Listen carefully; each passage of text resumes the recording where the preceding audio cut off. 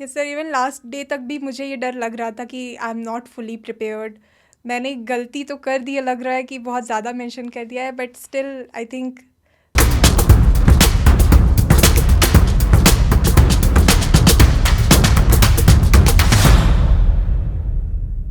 Hi everyone.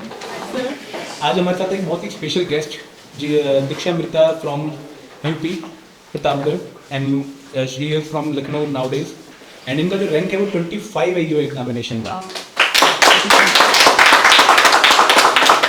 और इनके बारे में मतलब मैं क्या बताऊं, वो इन्फॉर्मेशन कम ही होगी क्योंकि she is a power house of achievements. मतलब इन्होंने बहुत कम उम्र में बहुत बड़ी बड़ी अचीवमेंट्स जो है हासिल करी है। इन्होंने सेबी ग्रेड का इंटरव्यू दिया था इस साल, इन्होंने ईओ एग्जामिनेशन जो है क्वालिफाई किया है। और सबसे बड़ी बात मतलब जो आप लोगों ने शायद अब यूनिकली सुनी होगी कि यूपीएससी बैकग्राउंड से बिलोंग नहीं करते हैं, तब भी इन्होंने ये एग्जाम क्वालिफाई किया है। मतलब हमारे पास हर दूसरा एस्पिरेंट जो है वो यूपीएससी बैकग्राउंड वाला ही एग्जाम में क्वालिफाई करने वाला, but she does not have UPSC background. और मतलब इन्होंने बहुत सारे अचीवमेंट्स जो हैं इनकी लाइफ में आए हैं। मतलब पेंटिंग में इन्होंने नेशनल लेवल अवार्ड्स जीते हुए हैं। और एक कैमल आर्ट कंपटीशन होता है जो कि गिनीज वर्ल्ड रिकॉर्ड के हिसाब से मतलब लार्जेस्ट आर्ट कंपटीशन है फॉर द चिल्ड्रंस। वहाँ पे इन्होंने 3 साल लगातार फर्स्ट प्राइज इनको मिला है। और एक हर जो है कंपटीशन होता है IIT BHU में, वहाँ पे 100 टीम्स में टॉप 10 टीम में आई थी और नॉन IIT टीम जो उस कंपटीशन में टॉप 10 में थी। तो बहुत बहुत ही इंटेलिजेंट जो है पर्सनैलिटी है और बहुत हम्बल है। मतलब अभी भी इनको ऐसा लगता है कि मुझे लाइफ में और भी बहुत कुछ अचीव करना है और मुझे बहुत डाइवर्सिफाइड चीज़ें जो है वो एक्सप्लोर करनी है। तो अभी सेटल नहीं हुई है, उम्र 23 साल है, लेकिन इनके जो ख्वाब है वो बहुत बड़े हैं और मुझे पक्का लगता है कि ये इतनी कैपेबिलिटी रखते हैं कि वो ख्वाब से अचीव कर पाएंगे। तो can we have a big round of applause. And Disha Mitra, आप कुछ बताना चाहेंगे अपने बारे में, अपनी जर्नी के बारे में प्लीज। सो मेरा नाम दीक्षामृता त्रिपाठी है और मैं वैसे तो प्रतापगढ़ उत्तर प्रदेश में पैदा हुई थी। उसके बाद मेरे फादर इंडियन आर्मी में सर्व करते हैं, तो मेरी एजुकेशन जो है वो केंद्रीय विद्यालय से हुई है, गांधीनगर गुजरात। उसके बाद वेस्ट बंगाल में बिलागुड़ी, एक छोटा सा हिल स्टेशन कह सकते हैं। उसके बाद लखनऊ में, तो वहाँ से मेरी स्कूलिंग हुई। उसके बाद मैंने बीकॉम ऑनर्स परस्यू किया बनारस हिंदू यूनिवर्सिटी से एंड 2021 में वो कंप्लीट हुआ था। उसके बाद मैं मास्टर्स इन कॉमर्स कर रही थी, तो 2023 में it was my final semester जब EPFO का नोटिफिकेशन आया था एंड एग्ज़ाम होने वाला था। तो उस टाइम मेरी इंटर्नशिप भी चल रही थी एंड साथ में मैंने EPFO का जो एग्ज़ाम था उसके लिए भी पढ़ाई की थी, because there was labour laws and industrial relations जो कि मेरे उस सेमेस्टर में भी था। एंड इसके अलावा मैं CDS का जो एग्ज़ाम होता है डिफेंस के लिए, उसके लिए मैंने GS भी पढ़ा हुआ था और मैंने 4 SSBs दिए हुए हैं। एयरफोर्स के लिए भी AFCAT के एग्ज़ाम क्वालिफाई किए हैं, उसका भी SSB दिया है। तो उसकी वजह से मुझे लगता है कि मेरा रिटर्न इन सब फैक्टर्स की वजह से क्वालिफाई हुआ था। And even I was surprised and very excited to give interview for UPSC। और 2024 में मैंने सभी ग्रेड A का भी एग्ज़ाम देखा, जब मुझे पता चला कि ये भी मेरे कॉमर्स बैकग्राउंड से मैच करता है, तो मैंने उसके लिए भी सेल्फ स्टडी से प्रिपरेशन की थी एंड उसकी इंटरव्यू के लिए मैंने एडिट की हेल्प ली थी। एंड मैंने UGC नेट JRF का एग्ज़ाम दिया है 2024 में and my first attempt I score 99.99 percentile and all India rank 6। दोनों एग्जाम्स की तैयारी उन्होंने नोटिफिकेशन आने के बाद करी। मतलब इनको सेबी ग्रेड के बारे में पता ही नहीं था, जैसी नोटिफिकेशन आई इनको पता लगा और उन्होंने तैयारी स्टार्ट करो सर इंटरव्यू स्टेज पे पहले ही अटेंड। मतलब it is a great achievement. And अभी इन्होंने आगे और भी बहुत प्लान बना रखे हैं, बट अभी इनिशियली इन्होंने ईओ में सेटल होना है। और ये हमारे इंटरव्यू गाइडेंस प्रोग्राम में थी, उन्होंने हमारा कोई पेड कोर्स नहीं लिया था। और मतलब और भी बहुत सारे अचीवमेंट है, मैं धीरे धीरे एक्सप्लोर करूँगा हमारे आने वाले सेशन में। और कुछ सवाल आपने किसी ने पूछना है प्लीज़ पूछ सकते हैं दीक्षा अमृता से। Sir, unlike 23, you have achieved a lot, right? So if you would have got SEBI, like what would you ask to say we or this course? Yes, sir. I definitely wanted to go for EPFO, although I was not sure. People will say कि SEBI has greater package and Mumbai is a city which attracts many people. But for me, always I had a social inclination, doing some social work. I was a part of National Service Scheme in BHU, where I was the student coordinator also. तो EPFO में मुझे ये अच्छा लगता है कि मैं जो लेबर के लिए सर्विस हम प्रोवाइड कर सकते हैं वो मेरे लिए ऑन द पर्सनल लेवल मुझे एक्सपोजर भी मिलेगा एंड जो मेरा सोशल सर्विस का इंक्लिनेशन है वो भी फुलफिल होगा। तो I would have chosen EPFO अगर सेटी में वो भी चाहता तो। और ये अभी भी एक एनजीओ से जुड़ी हुई है, रॉबिनहुड। रॉबिनहुड आर्मी से। तो ये काफ़ी मतलब एक्टिवली जो है जो एनजीओ पर्पस हैं, सोशल पर्पस हैं, उनको परस्यू करती है। What does that NGO do? वो लोगों में जो गरीब लोग होते हैं उन्हें खाना डिस्ट्रीब्यूट करना, कपड़े डिस्ट्रीब्यूट करना, उसके अलावा भी जैसे अभी गर्ल चाइल्ड डे आ रहा है तो उसको लेकर के भी प्रोग्राम्स होते हैं, बच्चों को पढ़ाया जाता है। There is robinhood academy also for teaching children.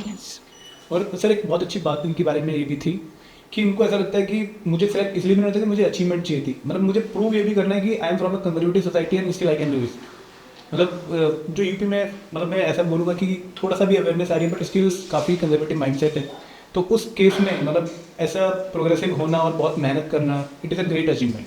So, about what was the destination like?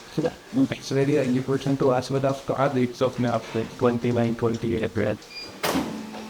Sir मेरा एक्चुअली सोशल वेंचर की तरफ इंटरेस्ट रहा है। मैंने एंटरप्रेन्योरशिप पढ़ा हुआ है, काफ़ी अच्छे रिनाउंड प्रोफेसर से हमारे देश में। सो मुझे लगता है social venture is something which attracts me and that is the long term vision. कोई और क्वेश्चन कोई पूछना चाहिए प्लीज़? मैम आपने जो एसएससी में एसएसबी में जो आपने जीएस पढ़ा था, but that is I think entirely different from what you get in UPSC KFO. Yes sir. तो आपने उस लेवल पे कैसे स्केल किया कि हिस्ट्री पॉलिटी उस लेवल पे जाके यस सर। कैसे पढ़ी? सर CATS का जो एग्ज़ाम होता है that is also conducted by UPSC. तो उसमें जीएस के काफ़ी सब्जेक्ट्स होते हैं जो कवर्ड होते हैं, current affairs and as well as geography, polity, history. तो मैं पढ़ रही थी अपनी ग्रेजुएशन के टाइम से भी थोड़ा थोड़ा and I never lost the touch with GS subject, क्योंकि although I had the commerce background it was in my mind कि कुछ यूपीएससी का एग्ज़ाम भी देना है मुझे। एंड फिर जब CATS को मैं दे रही थी तो मैं काफ़ी सीरियसनेस के साथ दे रही थी। एंड जब नोटिफिकेशन आया था इसका फरवरी 2023 में, तब से मैंने फिर उस प्रिपरेशन को थोड़ा और इंटेंसिफाई कर दिया था। I think that helps me. And while standing here, how do you feel if I ask you that EduTab? If I ask you about EduTab, what comes to your mind instantly? मतलब you have been part of just mock interview programs, but उसमें भी एक लंबा procedure होता है कि form भेजो, ऐसा करो ऐसा करो ऐसा करो, सपोर्ट टीम खा जाती है उसके तो but that is for a process, मतलब नॉट एक्सपीरियंस के आपको क्या अब याद आता है कि यार क्या वो प्रोफेशनल प्रोसेस था या ऐसे ही लटक रहा था? How was the interview? Was the panel really cordial and professional? तो क्या एक इंप्रेशन लेके जा रहे हो आप? Sir, I remember after the written result came in 2023, I was excited and also little unaware about the things. तो उस टाइम पे मुझे EduTab के बारे में पता चला था आफ्टर द रिटन रिजल्ट। तो इंटरव्यू गाइडेंस प्रोग्राम आप लोगों ने स्टार्ट किया था जिसमें ऐसे वीडियोस होते थे for getting the tips what will be asked and how the manner is to perform better in UPSC interview, क्योंकि CATS का इंटरव्यू इज़ एंटायरली डिफरेंट। तो वहाँ से मैंने सीखना स्टार्ट किया था एंड इन 2024 जब हमारा इंटरव्यू होने वाला था तब मॉक इंटरव्यू स्टार्ट हुए थे। तो मुझे याद है कि वैसे तो मैं टेलीग्राम पे भी प्रैक्टिस करती थी कई सारे अच्छे एस्पिरेंट्स के साथ, लेकिन जो आपका परफॉर्मेंस होता है अगर कोई ऐसे रिनाउंड रिटायर्ड IAS ऐसे लोग लेते हैं तो वो आपका कॉन्फिडेंस ज़रूर बूस्ट करता है। So when I was giving the EduTab का मॉक इंटरव्यू तो वहाँ से मुझे काफ़ी अच्छा रिव्यू मिला था and the process was also very smooth. उस सब में एक बात और बताना चाहूँगा कि इनका जो बोर्ड था ना, जिन्होंने EPFO का इंटरव्यू लिया था, अलका सरोही मैम, वो सबसे टफ बोर्ड माना जाता है सर। मतलब उनके बोर्ड से बहुत रेयर ही हमको सिलेक्शन देखने को मिल रही है। She was in that board. तो ये अगेन इनके इंटरव्यू की सिलेक्शन को बहुत मतलब पावर जो है इंप्रेसिव बना देते हैं। More than the written I think interview played a major role in giving me this rank also, क्योंकि मेरी हॉबीज़ जो रही हैं, अचीवमेंट्स रही हैं, वो मैंने काफ़ी अच्छे से अपने डाफ में मेंशन की थी and ma'am got interested in that all. तो उन्होंने काफ़ी अच्छे से उसमें से पूछा भी था and she was also smiling during that time, तो that boosted my confidence also. और हल्का समय में उनको स्माइल करना सर सच में बहुत मुश्किल थी। जब मैंने सुना है काफ़ी लोग होते हैं, मतलब अरविंद सक्सेना बोर्ड के हमें मैक्सिमम बच्चे मिले, लेकिन अलका सरोही बोर्ड की she was the first one in the examination. कोई और क्वेश्चन प्लीज? मैम एक क्वेश्चन मेरा ये है कि जैसे आप इतने ब्रीफ मतलब ठीक है मैं है ना, बट जैसे हमने यूपीएससी वाले बच्चों से पूछा तो उनका पेन पॉइंट था कि accountancy, industrial relation, labour laws, वो वहाँ से घबराते थे और वही उनका वीक पॉइंट था। आपने सीडीएस दिया, बोले थोड़ा थोड़ा आपको यूपीएससी का आइडिया था और आप बोले ये टॉपिक्स मेरे फेवरेट थे और मुझे हेल्प होते, तो आपको लग रहा था एग्जाम देखी कि I would easily clear this examination? Sir I will tell you one thing कि जब मैं एग्ज़ाम दे के निकली थी आई वॉज फीलिंग कॉन्फिडेंट कि EPF EOA वाला जो है वो अच्छा गया है।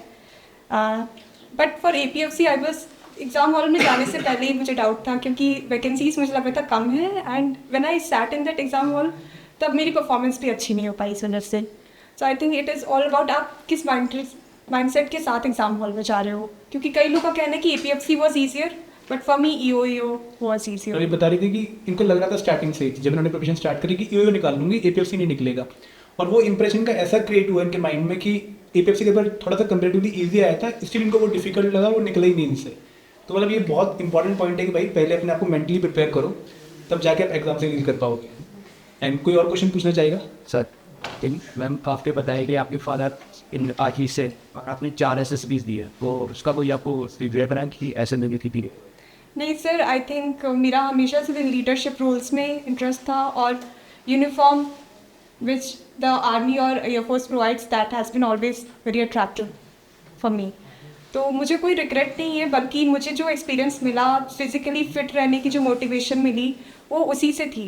And that charisma of a officer वो मैं लेके गई थी जब मैं UPSC में गई थी, क्योंकि मैं पहले से वो इंटरव्यूज फेस कर चुकी थी। So I never had that regret.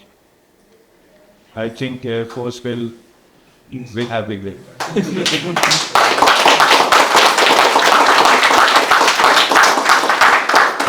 कोई और क्वेश्चन पूछिएगा? नहीं, बस मेरे इंटरव्यू में कुछ बचेगा फैमिली आपके लिए एक तो ये अच्छी बात है कि आप कुछ लगा लीजिए वेबसाइट पर जस्ट वो क्या मैम आपके दीजिए, ये आप पढ़ेंगे तो आपको शायद फाइनेंशियल फ्रीडम के बारे में और पता लगेगा। तो बिल्कुल सही भी बहुत ज़रूरत है अब तो। हाय एवरीवन, EPFO EOA के सक्सेस स्टोरी सेशन में आप लोगों का बहुत बहुत स्वागत है, जहां पर आज हमारे साथ एक बहुत ही स्पेशल गेस्ट दीक्षा अमृता जी, जिनका रैंक 25 आया है EOA 2023 एग्जामिनेशन में। Welcome Diksha Amrita. Thank you sir.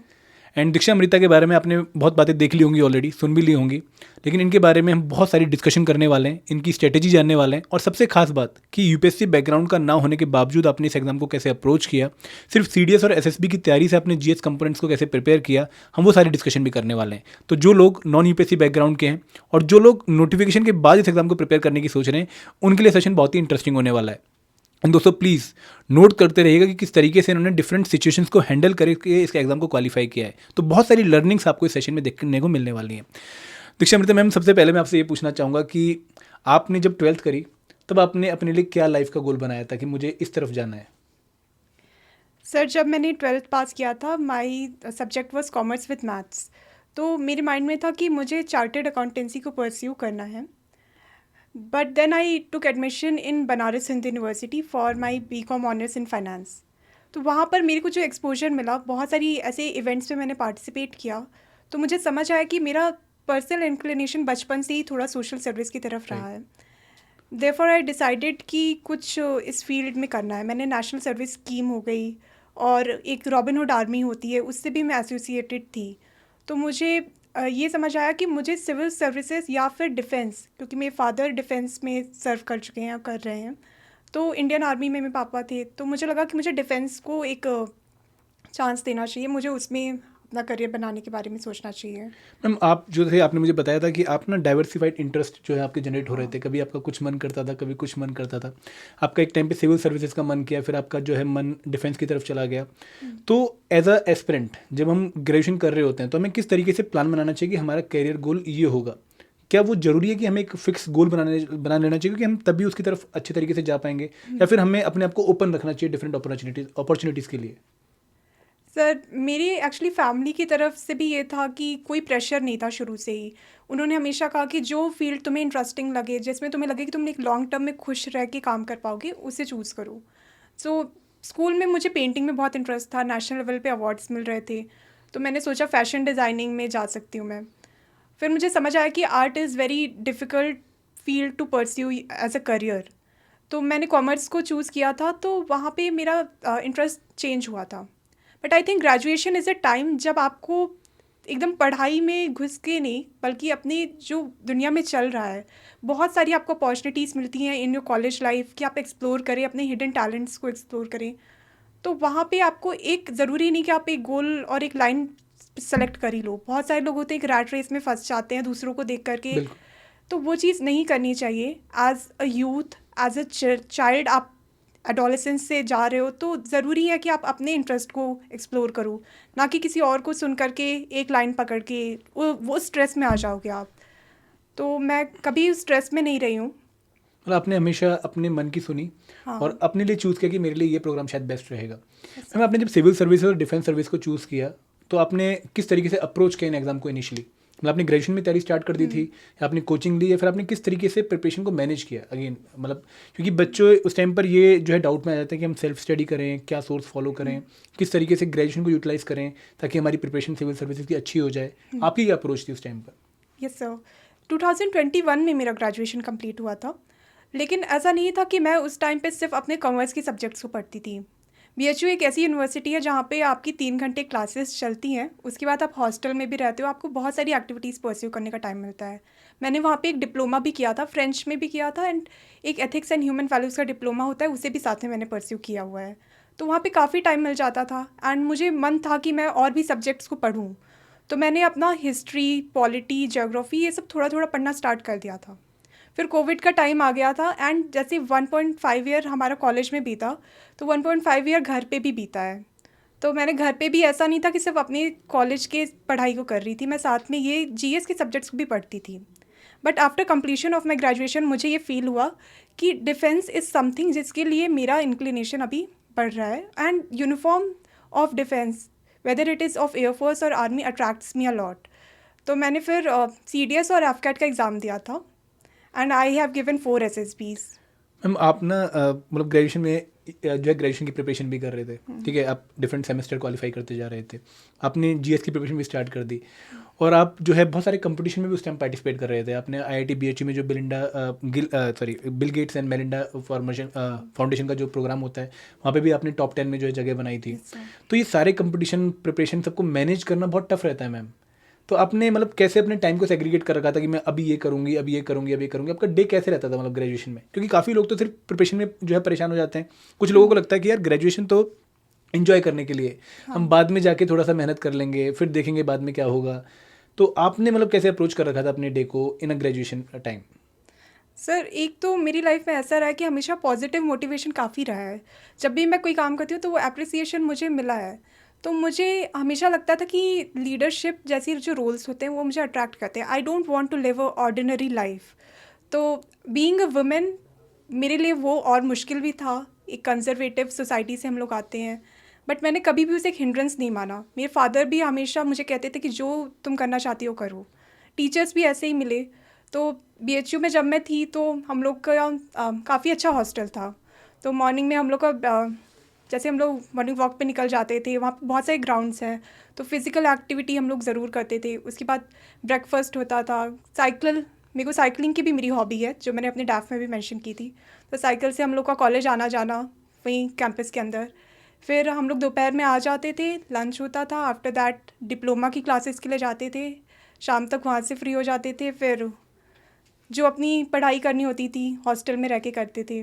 So it was very her balanced. Time आपने जो है यूटिलाइज किया, हर मोमेंट आपने यूटिलाइज यस किया। सर, मतलब Right. एंजॉय भी किया है वहाँ पे काफ़ी इवेंट्स में, लेकिन ऐसा नहीं था कि सिर्फ पढ़ाई को इग्नोर किया है। राइट मैम, बहुत बढ़िया मैम। जब आपने ग्रेजुएशन कंप्लीट करी फिर आपने डिफरेंट एग्जाम देने शुरू किए, आपने बहुत सारे एग्जाम निकाले भी, आपने 4 SSB दिए, आपने FCAT का एग्जाम निकाला, जैसे मैंने आपने SSC CGL CGL का। भी क्वालिफाई किया आपने। तो फिर उसके बाद आपको EPFO के बारे में कैसे पता लगा और आप इस एग्जाम की तरफ कैसे इंक्लाइंड हुए? मतलब जब कहते हैं ना कि हमारा जो टारगेट है वो UPSC सिविल सर्विसेज है, हमारा टारगेट डिफेंस सर्विसेज है, तो उस पर्टिकुलर स्पेस में EPFO ने कैसे जगह बनाई मैम? ओके सर, तो जब मैं डिफेंस की SSBs दे रही थी, एक टाइम ऐसा आया था 2022 के एंड में, जब मुझे मैंने बैंक PO का भी इंटरव्यू दिया था उस टाइम पे। लेकिन मुझे ये पता चला था कि I have a medical issue जो कि डिफेंस स्टैंडर्ड्स के हिसाब से मुझे मेडिकली आउट कर सकता है।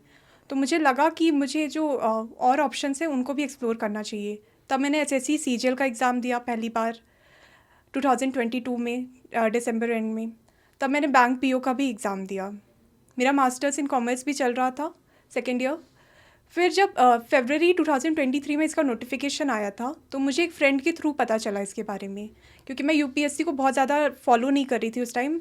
मैं अपनी मास्टर्स पे फोकस कर रही थी एंड साथ में सीडीएस एंड एफकैट पे। तो फिर जब मैंने उसका सिलेबस देखा एंड पीवाईक्यूज देखे तब मुझे समझ आया कि I have that certain level of preparation कि इतने कम टाइम में भी मैं कर लूँगी। तो मैंने फिर सेल्फ स्टडी से पढ़ाई स्टार्ट कर दी थी। मार्च से मैंने स्टार्ट कर दिया था पढ़ाई मैम इस करना। एग्जाम का जब आपने सिलेबस देखा होगा ना तो आपको ऐसा लगा कि मेरे पास बिट्स एंड पीसेस में हर चीज़ है। क्यूआरई मेरे बैंक में है, ठीक है, जीएस की मेरी सीडीएस की प्रिपरेशन है, अकाउंट्स मेरा बैकग्राउंड है, लेकिन इन सब चीज़ों को जोड़ना था। तो आपका स्टडी प्लान क्या हुआ था उस टाइम पर कि मुझे ग्रेजुएशन मतलब जो है पोस्ट ग्रेजुएशन वो ऐसे करनी है और उसके बाद जो टाइम बचेगा उसे मैंने ऐसे मैनेज करना है, तो आपने किस तरह का शेड्यूल बनाया अपने उस पर्टिकुलर टाइम पर? यस सर, मैं पहली बात तो ये कि कॉलेज हम लोग का दिन में रहता था तो मैं घर पे वापस आ ही जाती थी। मैम कितने घंटे पढ़ते थे आप per day? Sir per day college को एक्सक्लूड करके आई थिंक 4-5 आवर्स। डेली? हाँ तो क्या स्टडी प्लान रहता था आपका उसमें?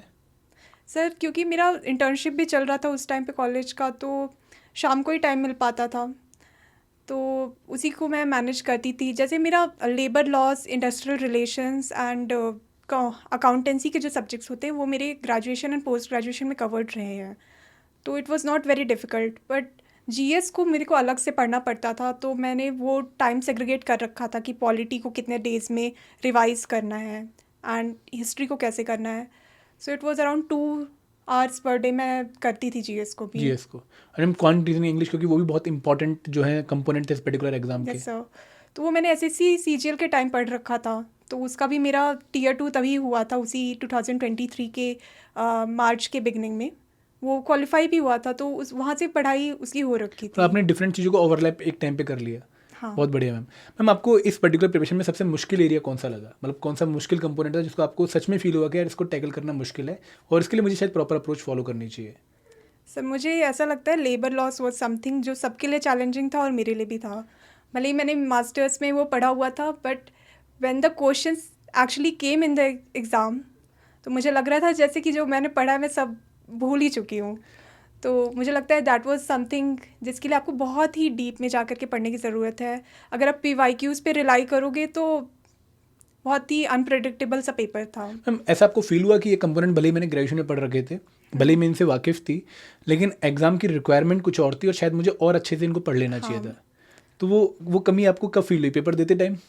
यस सर, वो तो जैसे एग्ज़ाम हॉल से निकले तो यही लग रहा था कि काश थोड़ा और अच्छे से मेहनत से ये जो सब्जेक्ट्स को मैंने लाइटली ले लिया और किया होता तो शायद इंटरव्यू के बाद फाइनल सिलेक्शन का भी चांस होता। ये एक बहुत ही अच्छा मैसेज है उन सभी एस्पिरेंट के लिए, उनको लगता है कि भाई हमारे लिए चीज़ें आसान होने वाली हैं, हमने तो चीज़ें कवर कर रखी हैं। आपको हमेशा एग्जाम की रिक्वायरमेंट जो है वो देखनी चाहिए, क्योंकि एग्जाम की रिक्वायरमेंट जब आप देखोगे उसके हिसाब से जब प्रिपेयर करोगे तभी आप एग्जाम को अच्छे से डील भी कर पाओगे। तो शिमरन मैम जब आपने पेपर देखा होगा ना 21 का, सॉरी 23 का, तो आपको लगा होगा यार पेपर टफ आ गया, क्योंकि 17 और 21 का पेपर बहुत ईजी था। तो आप जो कि काफ़ी अच्छी प्रिपेयर्ड थी, मतलब डिफरेंट एग्जाम्स के थ्रू, तो आपको उस पेपर को देख के क्या फीलिंग आई और कैसे आपने उसको अप्रोच किया फिर उस पर्टिकुलर टाइम पर? सर, मैं तो ऐसा नहीं करती हूँ कि पूरा पेपर एक बार में पलट के देख लिया फिर अटैम्प्ट करना शुरू किया। मैं जैसे फर्स्ट क्वेश्चन होता है ऐसे उसी में मार्क करते जाती हूँ एंड फिर पूरा पेपर जब एक बार पूरा सॉल्व कर लिया then I start circling the OMR sheet. तो मैं ऐसा नहीं है कि पूरा इंप्रेशन ले लिया, डर गई, फिर पेपर अटेम्प्ट कर रही हूँ, ऐसा नहीं करती हूँ। तो I was comfortable with EOA का जो रिटन एग्ज़ाम था एंड मुझे एक्चुअली एग्ज़ाम हॉल में जाने से पहले भी कॉन्फिडेंस था कि जब मैं मॉक्स वगैरह दे रही थी तो मेरा स्कोर एंड रैंक अच्छी आ रही थी, तो EOA में I was confident. But for APFC जब मैं देने गई थी तो पहले से दिमाग में एक डर था कि UPSC का एग्ज़ाम है, इतनी मतलब पोस्ट भी कम है EOA के कंपैरिजन में, तो मुश्किल है इसमें होना। तो जब मैंने वो एग्ज़ाम दिया तब मुझे ऐसा आज तक फील होता है कि APFC का written was more difficult. Right ma'am. Ma'am ये बहुत सही आपने पॉइंट भी बोला, क्योंकि काफ़ी लोगों को उल्टा लगता है कि EOA डिफिकल्ट था, APFC ईजी था। मैम मैं आपसे ना एक बहुत इंपॉर्टेंट क्वेश्चन पूछना चाहूँगा और मैं आपसे बहुत ऑनेस्ट आंसर चाहूँगा उसका, कि ऐसी क्या क्वालिटीज़ थी EPFO की EOA जॉब या APFC जॉब में जिन्होंने आपको अट्रैक्ट किया कि यार इसलिए मुझे APFC एग्जाम के लिए प्रिपेयर करना चाहिए, इसलिए मुझे EOA एग्जाम के लिए प्रिपेयर करना चाहिए? तो what were the qualities in job profile जो आपको अट्रैक्ट करी? EPFO एज एन ऑर्गेनाइजेशन, मैं इसके बारे में पढ़ रही थी। इस नोटिस के आने से पहले ही हम लोग के 3rd एंड 4th सेमेस्टर में लेबर लॉस का सब्जेक्ट था, तो मुझे इंडस्ट्रियल रिलेशंस के बारे में पता था, ये पता था कि इन जो ये सोशल सिक्योरिटी ऑर्गेनाइजेशंस हैं, इसके थ्रू हम जो वल्नरेबल सेक्शंस ऑफ सोसाइटी हैं उनको डायरेक्टली सर्व कर सकते हैं. तो that was something which had always attracted me, whether it was through national service scheme, robinhood army. एक सोशल पर्पस जो होता है वो इनहेरेंट था मेरे अंदर. तो दैट वाज द रीज़न कि मैंने EPFO के एग्ज़ाम को काफ़ी सीरियसली टारगेट किया था. इवन मैंने सेबी ग्रेड ए का भी इंटरव्यू दिया था इस ईयर. और बहुत सारे लोग होते हैं जिनको लगता है कि SEBI is a better opportunity, but मेरे माइंड में ये था कि अगर दोनों में हो जाता है then also I will go for EPFO, क्योंकि यहाँ पे एक्सपोजर काफ़ी है, सीखने को काफ़ी कुछ है, और जो डायरेक्टली आप एक वल्नरेबल सेक्शन को रीच आउट कर सकते हो वो भी अपॉर्चुनिटी EPFO में है. बहुत बड़े मैम. जनरली लोग सैलरी से अट्रैक्ट हो जाते हैं, सैलरी उनकी इंस्पिरेशन होती है, बट आपको हमेशा अपनी लाइफ के पर्पस के साथ चीज़ों को रिलेट करना चाहिए, और वही शायद एक बेस्ट अप्रोच भी रहती है. मैम मैं एक और क्वेश्चन पूछूंगा आपसे इसी पर्टिकुलर एरिया में, कि आप ना डिफरेंट एग्जाम में स्विच कर रहे थे, सिविल सर्विसेज, SSC CGL, ठीक है, CDS, सेबी ग्रेड ए. तो घर में कभी पापा मम्मी ने बोला नहीं कि बेटा तू कहाँ जाएगी, तू एक बार टिक के किसी एग्जाम की तैयारी कर ले?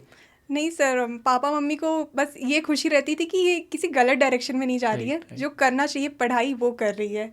उनको मतलब इससे कोई मतलब नहीं था कि तुम यही चीज़ करो, तुम्हें UPSC देना है. उन्होंने कभी भी इस चीज़ का प्रेशर नहीं डाला मेरे ऊपर. तो मुझे लगता है ये चीज़ अच्छी भी है. सभी पेरेंट्स को कहीं ना कहीं, जिनके पेरेंट्स इतने बच्चों को फ्रीडम देते हैं, तभी वो बच्चे लाइफ में कुछ बड़ा कर पाते हैं. तो हम घर में किससे ज़्यादा क्लोजनेस है, पापा से मम्मी से? सर ये तो बहुत ही डिफ़िकल्ट क्वेश्चन है. हम जनरली लड़कियों की जो मतलब क्लोजनेस होती है वो फादर से ज़्यादा होती है. हाँ सर, लेकिन अब ठीक है कहना मैम. थोड़ा मुश्किल है. कोई बात. लेकिन हाँ, मेरे फादर जो हैं वो भले ही आर्मी में है, तो इसलिए घर पे बहुत कम प्रेजेंट रहते थे, बट जो एक अटैचमेंट होता है, जो सपोर्ट होता है, वो बिल्कुल. मेरे पापा इतने प्रोग्रेसिव रहे हैं.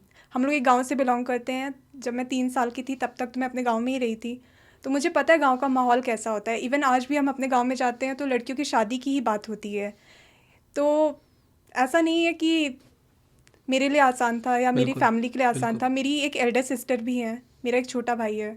तो लोगों को लगता है कि शादी कर देनी चाहिए 21 की उम्र तक, लेकिन मेरे घर में अगर ऐसा नहीं हुआ तो वो मेरे फादर का ही उसमें काफ़ी बड़ा, उनकी थिंकिंग का काफ़ी रोल था.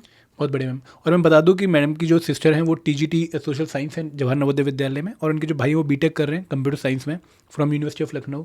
तो पढ़ा लिखा परिवार है, बहुत पढ़ा लिखा परिवार है, और घर में काफ़ी अच्छा माहौल है पढ़ाई का. एंड मैम आपको कभी भाई बहनों से कंपटीशन रहा कि मुझे इनसे ज़्यादा अच्छा करना है, या उनको आपसे कंपटीशन रहा? नहीं सर, क्योंकि हम तीनों ही अलग फील्ड से हैं, तो कोई ऐसा कंपटीशन नहीं था. बट हाँ, एक दूसरे को जो पॉजिटिवली सपोर्ट करना है वो हमेशा रहा है. Right ma'am. मैम आपकी सिस्टर जो है वो जवाहर नवोदय विद्यालय में TGT एग्जाम की तरफ गई, तो क्या उन्होंने भी सिविल सर्विस या किसी एग्जाम की प्रिपरेशन करी थी? हाँ सर, उन्होंने शुरू में मुझे मोटिवेट भी किया था, क्योंकि मैं चार्टर्ड अकाउंटेंसी को परस्यू करना चाह रही थी. But I was not sure, क्योंकि CA का जो जॉब है ना, वो मुझे शुरू में थोड़ा लगा था कि it is a stable job, respectable job, but वो एकदम कॉर्पोरेट थिंग हो जाती है. एंड फिर वो मेरे पर्पज़ को मुझे लग रहा था कि मैं एकदम जैसा लोगों को रीच आउट करना चाहती हूँ, I want a fulfilling thing to do in my life, तो वो मैं नहीं कर पाऊँगी. मैं एकदम वो अकाउंट्स वाली थिंग में फंस के रह जाऊँगी. तो दीदी ने तब मुझे बोला कि तुम सिविल सर्विसेज के सब्जेक्ट्स जो हैं उन्हें पढ़ना स्टार्ट करो, तब तुम्हें हो सकता है इंटरेस्ट आ जाए. Right ma'am. मैम जब आपने रिक्रूटमेंट टेस्ट का रिजल्ट देखा होगा 20 जुलाई 2023 को, तो आपको लगा कि मेरा मतलब सिलेक्शन हो गया है? आपने रोल नंबर 2-3 बार चेक किया होगा पक्का? हाँ सर, ये बात थी कि उसमें रोल नंबर से तो मिल ही नहीं रहा था. फिर जब स्क्रॉल किया तब जा कर के अपना रोल नंबर दिखा, एंड मैं बहुत ज़्यादा खुश थी. मतलब मम्मी को जब बताया वो भी इतनी ज़्यादा शॉक्ड एंड सरप्राइज थी. तो मेरे लिए तो यही बहुत एक्साइटमेंट की बात थी कि UPSC का इंटरव्यू देने को मिल रहा है. I was not hoping for any thing कि हो जाए नहीं हो. अभी एज भी इतनी ज़्यादा नहीं कि स्ट्रेस बिल्कुल. लिया जाए. बहुत कुछ है अभी एक्सप्लोर करने को. मैम आपको आपने जो पूरा इंटरव्यू की प्रिपरेशन किया, तो आपको स्टार्टिंग में कहीं ऐसा लगा कि यार मेरी लेस जो एज है वो कहीं मेरे लिए एक जो है कौन सा ना बन जाए, मतलब एक चैलेंज ना बन जाए? जी सर, एक्चुअली डिफेंस के जो इंटरव्यू होते हैं उसमें वो यंग एस्पिरेंट्स को ज़्यादा इंपॉर्टेंस देते हैं. उन्हें लगता है कि ट्रेनेबिलिटी फैक्टर अच्छा है. बट UPSC में मुझे यही अपना एक चैलेंज लगता था कि whether they will find me suitable for this responsible job और नॉट. तो मैं उस चीज़ को लेकर के थोड़ा घबराहट में भी थी. बट जब मैंने और जो हमारे फेलो एस्पिरेंट्स थे जो UPSC का मेंस लिख चुके थे या ऑलरेडी एक अच्छी जॉब में थे, उन लोगों के साथ हम लोग टेलीग्राम ग्रुप्स में प्रैक्टिस करते थे, तब मुझे कॉन्फिडेंस आया कि I have also some very peculiar hobbies और अचीवमेंट्स जो कि मेरे को काफ़ी स्पेशल एडवांटेज दे सकती हैं। Right ma'am. मैम आपको इस पूरी प्रिपरेशन जर्नी में कभी ऐसा लगा कि यार मेरा कंपटीशन उन लोगों से है जो कि यूपीएससी की तैयारी कर चुके हैं, काफ़ी मेंस लिख चुके हैं और इंटरव्यू भी दे चुके हैं, तो उन लोगों से मैं कम्पीट कर भी पाऊंगी या नहीं कर पाऊंगी, ऐसा डर रहा आपको? और उस फीलिंग को आपने कैसे ओवरकम किया मैम? यस सर, बिल्कुल वो डर तो रहता ही है। And since I was not following and being in touch with any particular coaching, तो मुझे ये भी नहीं पता था कि मैं कहाँ स्टैंड कर रही हूँ। Right. I never thought of comparing my marks with any one. I never asked कि आपके रिटर्न में कितने आ रहे हैं, क्या कट ऑफ जा सकता है। I was fully focused on interview, क्योंकि मुझे लग रहा था कि अगर कुछ मुझे सिलेक्शन दिला सकता है that is the interview. Right. जब मैंने डैफ भी फिल किया था तो मैंने एकदम अपने आप से जो भी मेरे अचीवमेंट्स रही हैं, लीडरशिप रोल्स रहे हैं, सब अच्छे से मेंशन किया था। नेशनल लेवल पे जो भी अवार्ड्स मिले हैं, यूथ पार्लियामेंट में, पेंटिंग में, तो मुझे लगता है कहीं ना कहीं जो मेरा बोर्ड था, बोर्ड मेंबर थे, वो उससे काफ़ी इम्प्रेस भी हुए थे।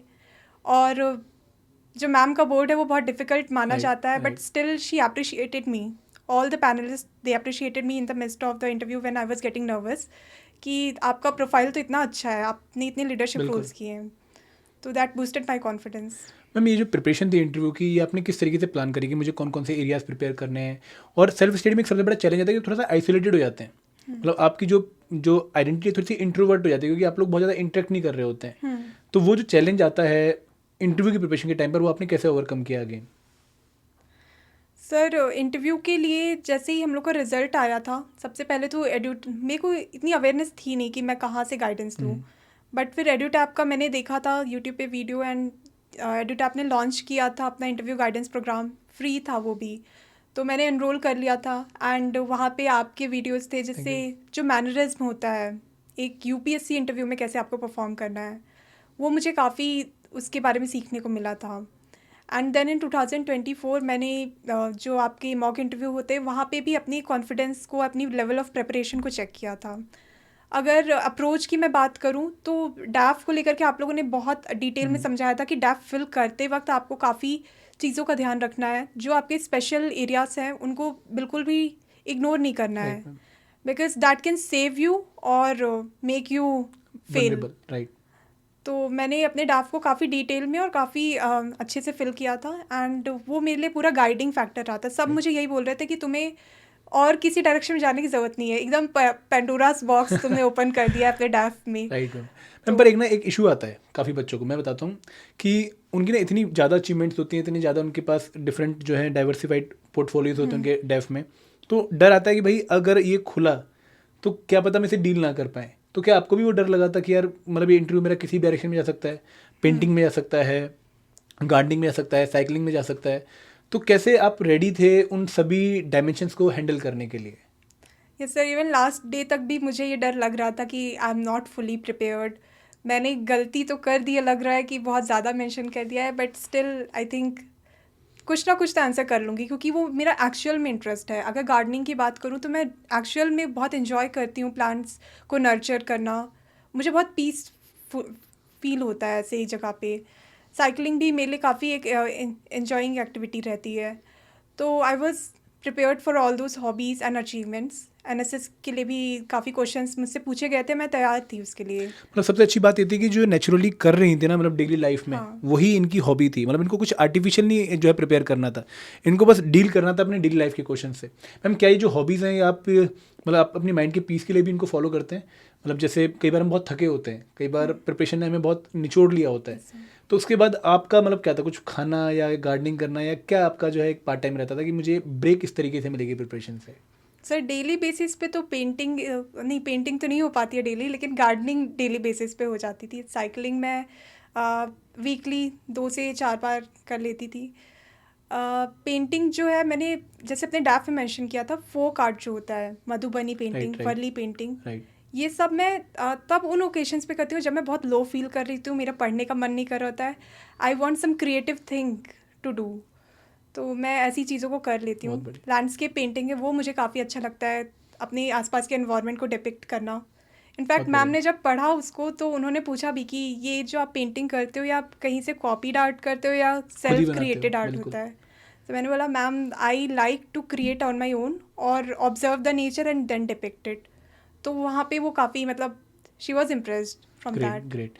एंड मैम आपने बताया कि आप टेलीग्राम पे काफ़ी एक्टिव थे शायद, है ना, आप टेलीग्राम से इन्फॉर्मेशन वगैरह लेते थे, लेकिन ना ये सोशल मीडिया पे बहुत एक्स्ट्रा इन्फॉर्मेशन भी है, यूट्यूब पे भी बहुत एक्स्ट्रा इन्फॉर्मेशन है, टेलीग्राम पे भी बहुत एक्स्ट्रा इन्फॉर्मेशन है, तो कैसे आप शील्ड करते थे कि भाई ये इन्फॉर्मेशन रेलिवेंट है, ये इन्फॉर्मेशन नॉन रेलिवेंट है, और आप सेल्फ स्टडी भी कर रहे थे, और सेल्फ स्टडी में भी एक बड़ा चैलेंज आता है फिल्टर आउट करने का इन्फॉर्मेशन को, क्योंकि आपका अथाह कंटेंट है, मतलब आप नेट पे जाओ, आप कुछ भी किसी भी कंपोनेंट का कुछ भी डाउनलोड कर सकते हो, और सेल्फ स्टडी में बच्चों के साथ सबसे बड़ी प्रॉब्लम ये आती है कि वो अपनी हार्ड डिस्क पूरी भर लेते हैं, या उनका जो कपबोर्ड है पूरा भर जाता है फ्रॉम बुक्स, लेकिन पढ़ते बहुत कम है। तो आपने ये बैरियर कैसे क्रिएट किया कि यार this is useful, this is relevant and this is not relevant?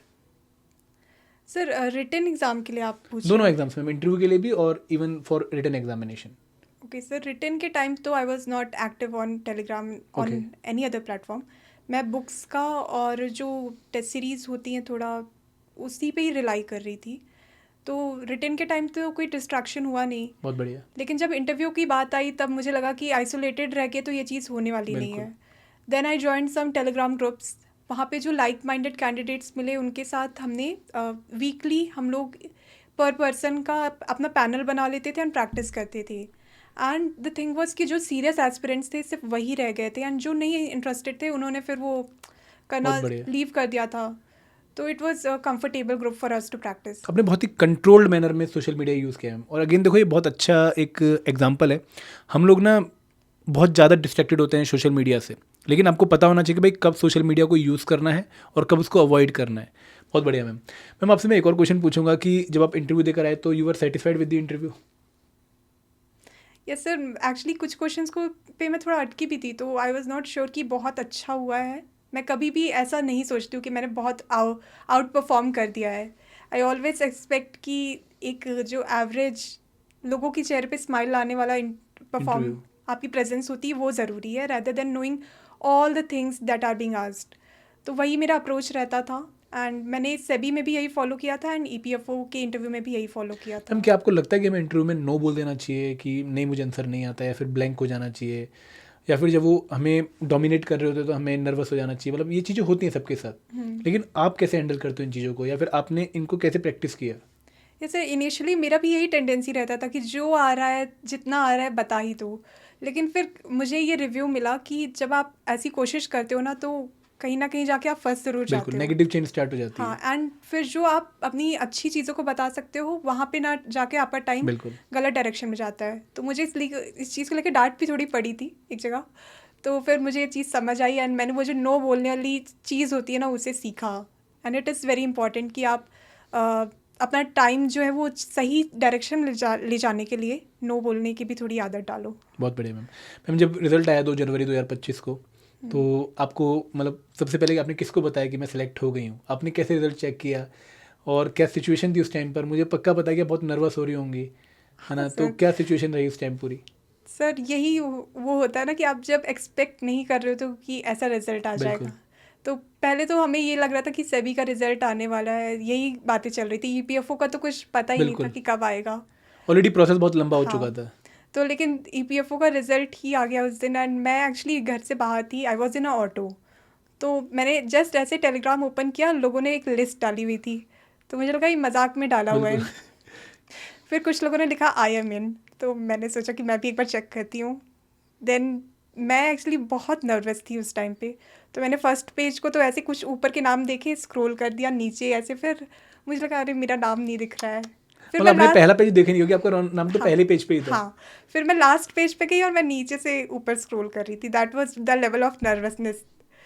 फिर मुझे एक मेरे फ्रेंड है उनका कॉल आया, तो मैंने कॉल पिक नहीं किया। मैंने सोचा कि थोड़ा सा क्या पता ना सिलेक्शन हाँ। हुआ हो और किसी ने कॉन्डोलेंस देने के लिए कॉल किया हो, तो I am not in that state, पहले मैं देखूंगी है कि नहीं। बिल्कुल।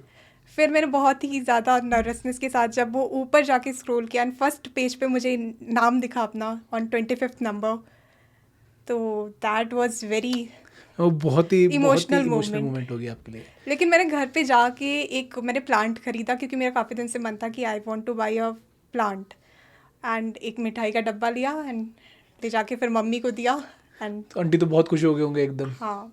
बहुत बढ़िया मैम। और रिश्तेदारों को बताया फिर सबको? हाँ मैम क्या रिएक्शन था घर पे कि मतलब वर दे सेटिस्फाइड और वर दे इमोशनल, मतलब क्या उनका एक जो है लेवल था उस टाइम पे? फादर की क्या रिएक्शन थी मैम?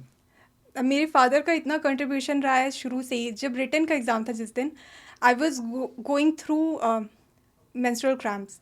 तो लोगों को लगता है कि सबकी बिल्कुल। लाइफ में स्ट्रगल है, बट बिल्कुल। देर आर सर्टेन डेज जब आप फिजिकली एंड मेंटली एकदम प्रेजेंट नहीं होते हो। बिल्कुल।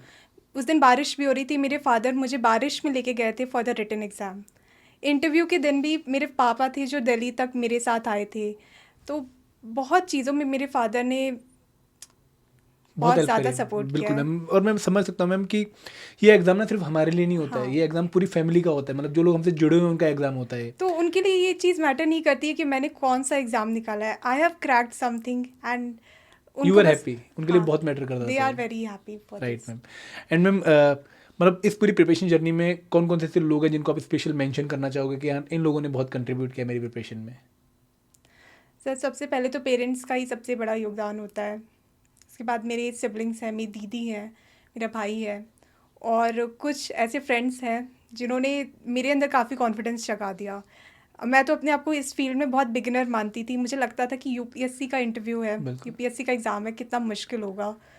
लेकिन कुछ ऐसे फ्रेंड्स थे जिनसे मैं इस ड्यूरेशन में मिली और उन्होंने काफ़ी हेल्प की मेरी। अगर मैं नाम लेना चाहूँ तो प्लीज़ मैम आप ले सकते हैं, कोई ऐसा इशू हाँ, नहीं है।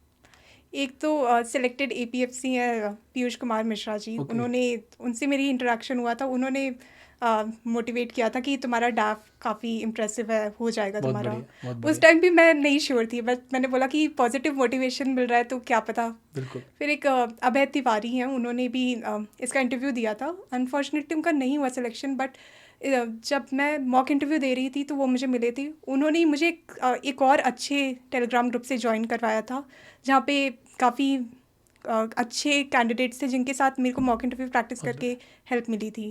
एक शिखर गुप्ता है, वो भी कॉमर्स बैकग्राउंड से था, मतलब है। तो सिलेक्शन तो नहीं हो पाया, लेकिन वी वर चलो एक कंटिन्यूसली अच्छा इन ग्रुप बन टच। गया, एक पीयर ग्रुप बन हाँ, गया। तो इन 3 लोगों का कंट्रीब्यूशन फॉर दिस बहुत बढ़िया। स्पेसिफिक एग्जाम वाज बहुत बढ़िया मैम। वेरी मैम मैं इंपॉर्टेंट। एक और चीज़ पूछूंगा आपसे कि काफ़ी लोगों को ऐसा लगता है कि कॉमर्स बैकग्राउंड वाले बच्चों के लिए इस एग्ज़ाम में एडवांटेज है, तो क्या आपको लगा कि एडवांटेज है? मतलब मैं आपसे अगेन ऑनेस्ट ओपिनियन जानना चाहूँगा। आई डोंट नो सर, क्योंकि अभी तो रिटन और मतलब रिटन में तो हो सकता है, बट इंटरव्यू में कितना मैटर करता है आई एम नॉट श्योर।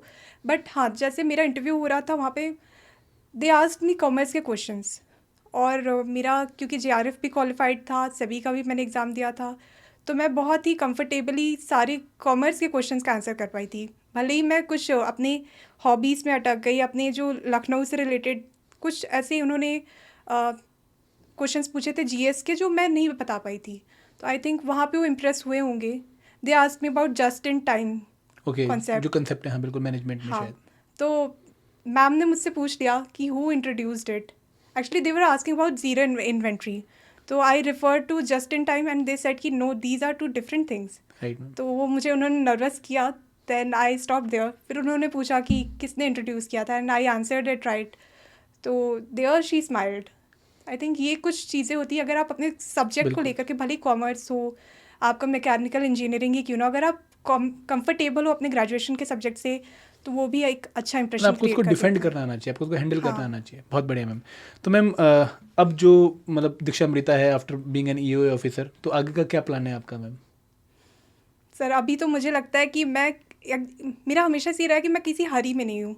मैं एक्सपीरियंस करने में बिलीव करती हूँ, and I think it is a very good job, जिसके लिए ऑलरेडी जो सिलेक्टेड ऑफिसर्स हैं अलग जगह पे, वो भी ट्राई कर रहे हैं। तो मैं इस चीज़ को ऐसे इग्नोर नहीं करूँगी। I will certainly experience it and then decide कि आगे और क्या एक्सप्लोर करना है। मैम एक क्वेश्चन मैं आपको बीच में इंटरप्ट करके पूछना चाहूँगा कि इतनी मैच्योरिटी दीक्षा अमृता में कैसे आई मैम? सर आई थिंक इसका एक रीज़न हो सकता है कि हम क्योंकि फादर घर पे नहीं रहते थे, तो काफ़ी ऐसे चैलेंजेस होते थे। अडेप्टेबिलिटी फैक्टर होता है, आप अलग अलग जगह ट्रांसफ़र कर रहे हो, तो सेंस ऑफ रिस्पॉन्सिबिलिटी भी डेवलप होता जाता है। मैम बहुत बढ़िया है मैम, बहुत एक्सेप्शनल क्वालिटी है आपके अंदर है, और आप बहुत ही प्लान्ड हो मैम। मतलब ये बहुत अच्छी बात लगी। और देखो अगेन, अगर आप कोई एग्ज़ाम क्रैक करने की सोच रहे हो ना, तो हरी में कभी भी एग्ज़ाम क्वालिफाई नहीं होने वाला। मतलब आप अच्छी प्रिपरेशन कर भी लो तो भी अच्छा रिजल्ट नहीं आने वाला। तो आपको बहुत फोकस्ड मैनर में, एक कंसिस्टेंसी के साथ रिलैक्स रह के प्रिपरेशन करनी पड़ेगी। ओवरबर्डन नहीं करना है खुद को। And this is the perfect example कि भाई किस तरीके से लोग अप्रोच करते हैं एग्ज़ाम को, किस तरीके से आउट परफॉर्म करते हैं एग्ज़ाम को। तो मैम आप क्या एक मैसेज देना चाहोगे उन सभी एस्पिरेंट को जो कि अब इन एग्ज़ाम्स की तैयारी कर रहे हैं? बिल्कुल, इस ईयर ही वैकेंसी आ रही है EOAO एंड APFC दोनों की। तो मैं कहूँगी कि एक बहुत ही अच्छा एग्ज़ाम है, एक सिंपल एग्ज़ाम है, रिटन आपको बस क्वालिफाई करना है objective and you get the opportunity to give UPSC का इंटरव्यू। तो ये मत सोच के करो कि जॉब ही चाहिए, but it is a very good job. यहाँ पे एक सोशल पर्पस भी इन्वॉल्व है।